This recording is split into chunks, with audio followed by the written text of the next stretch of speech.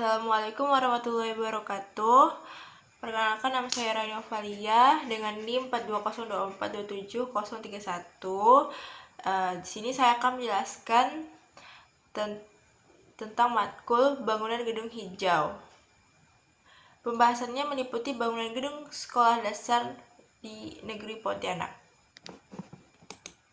Nah, bangunan gedung hijau menurut Peraturan Menteri Pekerjaan Umum dan Perumahan Rakyat Permen PUPR nomor 21 tahun 2021 tentang penilaian kinerja bangunan gedung hijau. Bangunan gedung hijau adalah bangunan gedung yang memenuhi standar teknisi gedung dan memiliki kinerja secara signifikan dalam penghematan energi, air, dan sumber daya lainnya melalui penerapan prinsip bangunan gedung hijau sesuai dengan fungsi dan klasifikasi setiap tahapan penyelenggaraannya.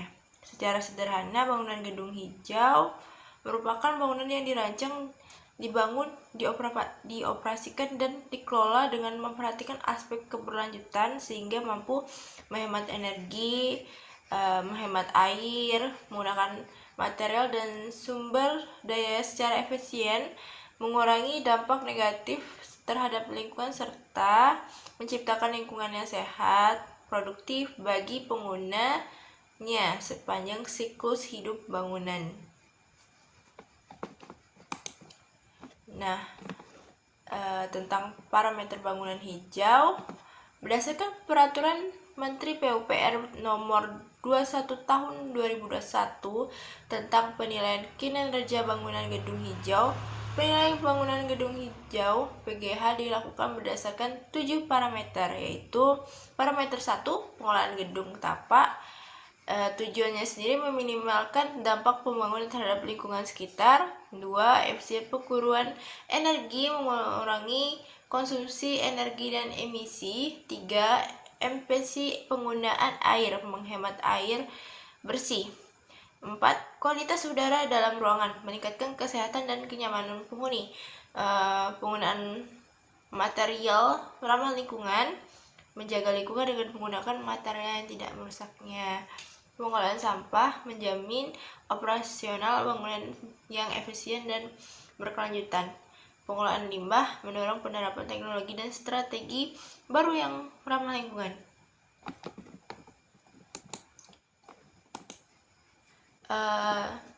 Terus literatur dari sekolah dasar sendiri itu definisinya bangunan gedung dengan definisi bangunan SD itu sendiri adalah bangunan gedung dengan fungsi sosial, budaya, digunakan sebagai sarana penyelenggaraan akademis bagi peserta didiknya. Bangunan ini dirancang untuk mendukung proses belajar mengajar serta memenuhi persyaratan keselamatan, kesehatan, dan kenyamanan dan kemudahan sesuai dengan ketentuan bangunan gedung. Fungsi dan tujuannya, fungsi bangunan SD itu sendiri sebagai sarana pendidikan yang berfungsi sebagai tempat berlangsungnya proses belajar mengajar serta kegiatan yang mendukung. Keberadaan bangunan sekolah tidak hanya sebagai tempat pembelajaran akademik, tetapi juga lingkungan yang mendukung pembentukan karakter dan pengembangan. Tujuan, menurut Undang-Undang Republik Indonesia nomor 20 tahun 2003 tentang Sistem Pendidikan Nasional Pasal 3, pendidikan mengembangkan kemampuan dan membentuk watak serta peradaban bangsa yang diharapkan dalam rangka mencerdaskan kehidupan bangsa. Lanjut, ini ada termasuk masih literatur SD, yaitu ada fungsi pendidikan. Fungsi pendidikan merupakan fungsi utama bangunan SD sebagai tempat berlangsungnya proses belajar mengajar dan pengembangan peserta didik, meliputi ruang kelas, perpustakaan, laboratorium, ruang seni, area pembelajaran luar ruangan, tempat kegiatan ekstrakurikuler, fungsi administrasi, fungsi administrasi merupakan fungsi bangunan yang mendukung pengelola dan operasional sekolah agar kegiatan pendidikan dapat meliputi seperti ruang kepala sekolah, ruang guru, ruang TU, ruang arsip atau penyimpanan dokumen. Fungsi penunjang, fungsi fasilitas penunjang berfungsi mendukung kenyamanan, keamanan, kesehatan, dan kelancaran seluruh aktivitas di lingkungan sekolah, meliputi WC, siswa dan guru, UKS, musola, kantin, gudang, lapangan olahraga dan upacara, area bermain, tempat parkir, pos keamanan, ruang kebersihan, dan instalasi utilitas yang lainnya seperti air, listrik, drainase, dan tempat sampah.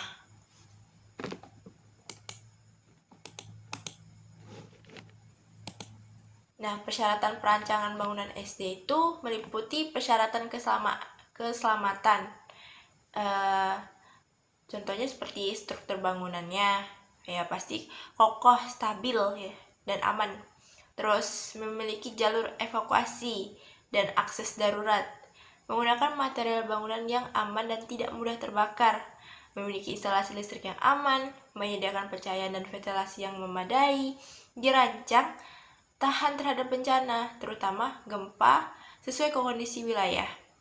Kesehatan, persyaratan keselamatan bangunan SD memiliki ventilasi yang baik untuk sirkulasi udara, menyediakan pencahayaan alami maupun buatan yang memadai, memiliki air bersih yang cukup, dilengkapi toilet sanitasi yang bersih dan layak, memiliki sistem pembuangan air limbah dan sampah yang baik, menjaga kebersihan lingkungan sekolah agar tidak menjadi sumber penyakit. Kenyamanan, di sini ada kenyamanan, tapi poinnya itu hampir sama kayak yang kesehatan, kayak fasilitas pencahayaannya pasti memadai, harus memadai. Terus di sini ada kemudahan akses. Karena SD ini adalah tempat umum, jadi aksesnya harus masuk. SD ini kan banyak orangnya kan, jadi akses masuk dan keluarnya yang mudah dan aman, biar tidak macet juga. Terus menyediakan jalur sirkulasi yang jelas dan tidak terhalang, ya contohnya. Terus memiliki koridor pintu dan tangga yang memenuhi standar keselamatan, menyediakan petunjuk arah dan rambu-rambu. Nah, itu salah satu yang penting. Terus standar ruangan SD itu ada jenis ruang, kayak ruang kelas, perpustakaan, ruang kepala sekolah, ruang guru, ruang tata usaha atau TU, UKS, toilet, gudang, tempat ibadah, kantin, lapangan olahraga atau upacara, area bermain, tempat parkir. Dari ruang-ruangan ini pasti ini adalah yang paling umum yang ada di sekolah, ya, kayak ruang kelas, tempat kegiatan belajar mengajar, terus UKS, pelayanan kesehatan sederhana bagi warga sekolah, terus WC sudah pasti ada, dan lain-lainnya yang tadi saya sempat sebutkan.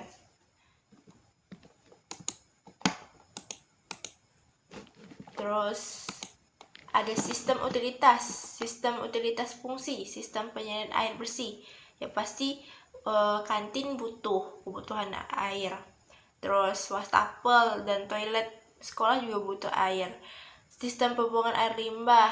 Nah, limbah-limbah dari WC, dari kantin itu kan pasti ada, dan pasti sekolah mempunyai spitting atau impal. Sistem drainase, pasti kalau misalnya tanpa drainase itu menimbulkan genangan. Jadi di sekolah SD juga wajib mempunyai drainase. Sistem kelistrikan, nah itu penting untuk menghidupi komputer dan untuk pencahayaan juga. Terus dan lain-lain, listrik itu penting.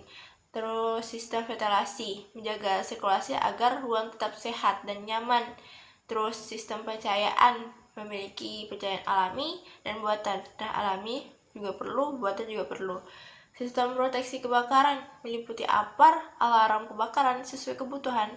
dan jalur evakuasi, sistem telekomunikasi mendukung komunikasi melalui jaringan telepon seperti Wi-Fi, sistem pengelolaan sekolah menampung, memilah, dan membuang sampah dengan baik, sistem penangkal petir melindungi bangunan dari sambaran petir, sistem keamanan, CCTV, pagar, pos keamanan, dan penerangan area sekolah.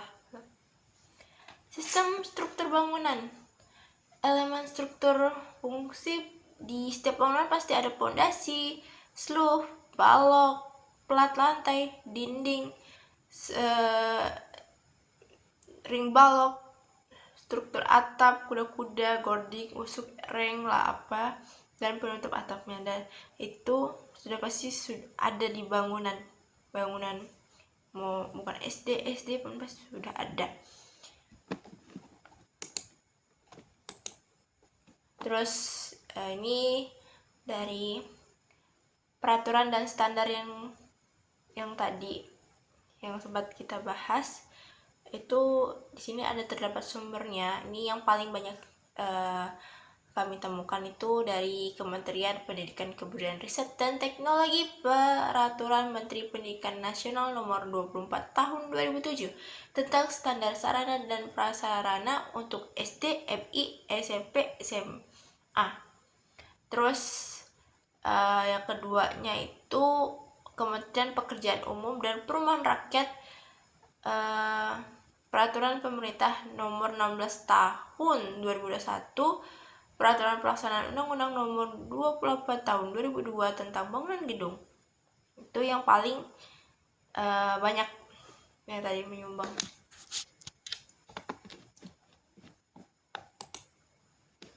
Terus ada studi kasus, itu contohnya ada sekolah di Bali namanya Green School Bali. Ini saya akan menunjukkan fotonya.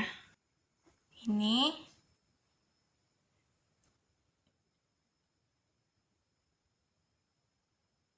Assalamualaikum warahmatullahi wabarakatuh. Perkenalkan, nama saya Raina Opalia dengan NIM 42024 27031. Di sini saya akan menjelaskan matkul bangunan gedung hijau, perancangan bangunan gedung hijau, bangunan gedung Sekolah Dasar Negeri Pontianak. Nah, dari studi literaturnya, bangunan gedung hijau menurut Peraturan Menteri Pekerjaan Umum dan Perumahan Rakyat Permen PUPR tahun 2021 nomor 21. Ini parameternya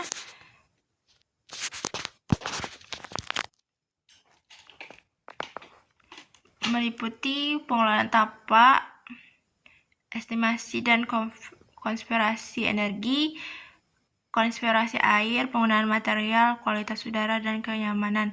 Seperti 7 parameternya. Nah, ini rata-rata parameternya memanfaatkan sistem penampungan air hujan. Struktur utamanya menggunakan bambu. Kelas menggunakan pencahayaan alami dan ventilasi, seperti yang tadi sempat dibahas sebelumnya. Lanjut, ini ada SDN Duren Sawit.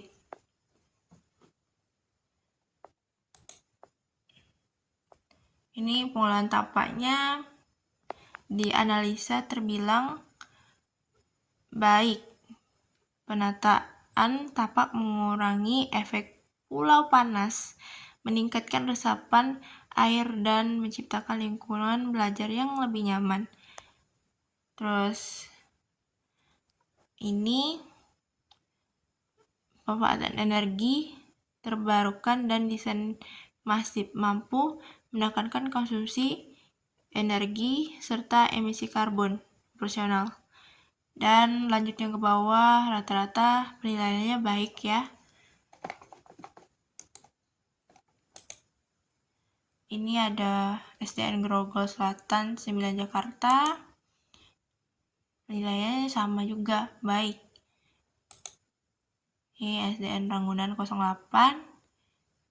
Salah satu SD yang sama tadi seperti yang SDN Ragunan 9. Ini juga rata-rata baik. Oh iya. Terus ketentuan perancangan.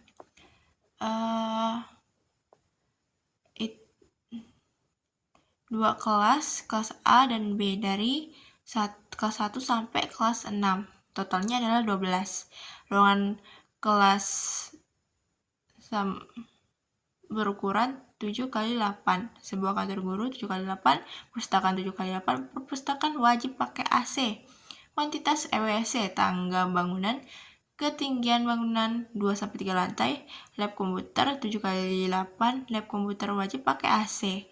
Tambahan ruang lainnya, lahannya sama dengan lahan SD yang ada di kota Pontianak.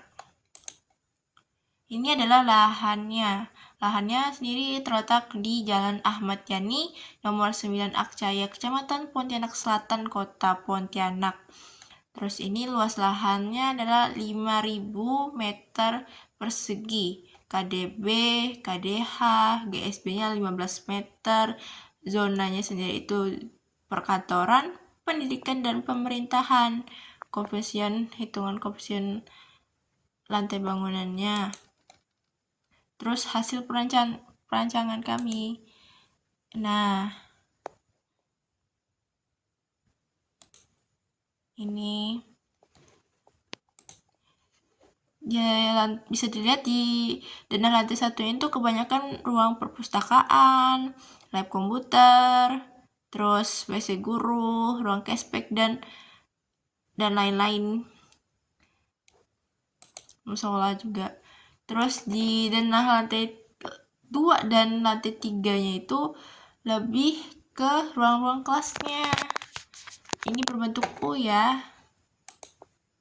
Nah, ini tampak depan, tampak kanan, tampak kiri, tampak belakang. Nih. Pengolahan tapaknya, orientasi bangunan, bagian yang ini terkena bagian timur dan barat. Bangunan ini memiliki perbandingan panjang 2 kali panjang arah utara-selatan, maka dilakukan rekayasa terhadap selubung bangunan. Nah, ini yang menerapkan konsep bangunan hijau. Nah, ini vegetasinya pohon mahoni dengan luas 7,6, pohon mangga. Terus ini hasilnya nih. Ini efisiensi penggunaan energi. Standar Nasional Indonesia mengenai konspirasi energi pada sistem pencahayaan standar ini menetapkan pedoman tata cahaya dan efisiensi energi pada bangunan gedung untuk memastikan pencahayaan yang berkualitas tanpa pemborosan energi. Nah, ini contohnya. Ini juga sumber cahaya masuk, dan ini adalah gambar satu saklar ya. Nah, ini efisiensi penggunaan air. Upaya menampung atau menahan air hujan di dalam kawasan bangunan paling sedikit 2 jam. Nah, ini prosesnya nih. Dari air hujan dari taklang melewati penyaringan, terus air hujan awalnya menghadapi pipa sampai sisa air bisa ditemukan, bisa dimasukkan ke sumur resapan. Nah, ini kualitas udara dalam ruangan. Di bangunan sekolah tentu saja ada komitmen untuk larangan merokok. Merokok dilarang di area sekolah untuk menjaga kesehatan siswa, menciptakan lingkungan belajar yang aman dan kondusif, serta mencegah siswa menjadi perokok aktif di usia dini.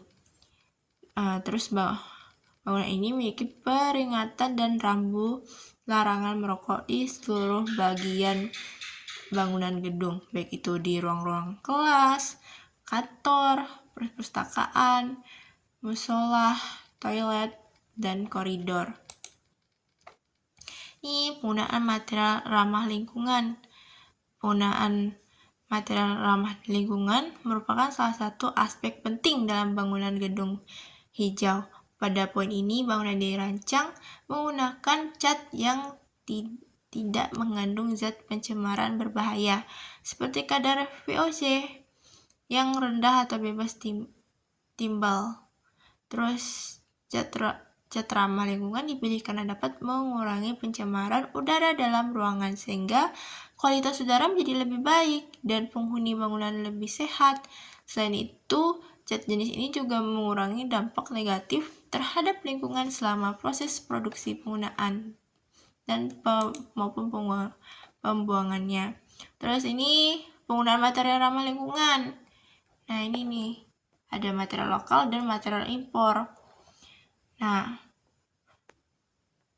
dari penggunaan material lokal semua selama pengerjaan, hal ini material lokal berasal dari daerah yang dengan lokasi proyek, sehingga proyek pengangkutan lebih singkat akibat konsumsi bahan bakar kendaraan dan emisi karbon yang dihasilkan menjadi lebih rendah.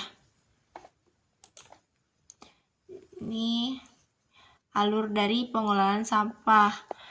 Ada, kalau dari sumber sampahnya itu pemilihan sampah dan pewadahan. Itu ada kayak sampah kertas, sampah gelas, sampah organik, sampah bahan beracun, sampai nggak kelihatan sih. Terus ini nih tempat penampungan 83 TPA, tempat penampungan B3. Nah, akhirnya dibawa sampai truk. Nah, ini. Nah, dari sini, dari awalnya kita buang sampah ke sini, terus diangkut sama cleaning service-nya sekitar jam sore atau pagi. Terus, nah, kebuanglah di tempat sampah. Tidak lama, datanglah mobil ini dan bawa ke tempat pembuangan sampah akhirnya. Nah, pengolahan limbah. Nah, sama sih fungsi sistem pada bangunan sekolah. Pada bangunan ini diterapkan sistem pengelolaan limbah cair dengan cara mendaur ulang atau water recycling system. Air yang berasal dari wastafel, tempat cuci tangan, serta air bekas wudhu dan air untuk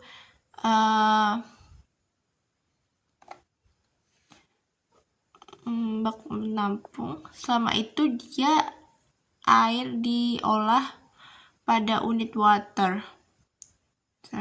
Bisa baca sendiri. Sudah habis ternyata. Mohon maaf salah ucapan, mohon dimaafkan. Assalamualaikum warahmatullahi wabarakatuh.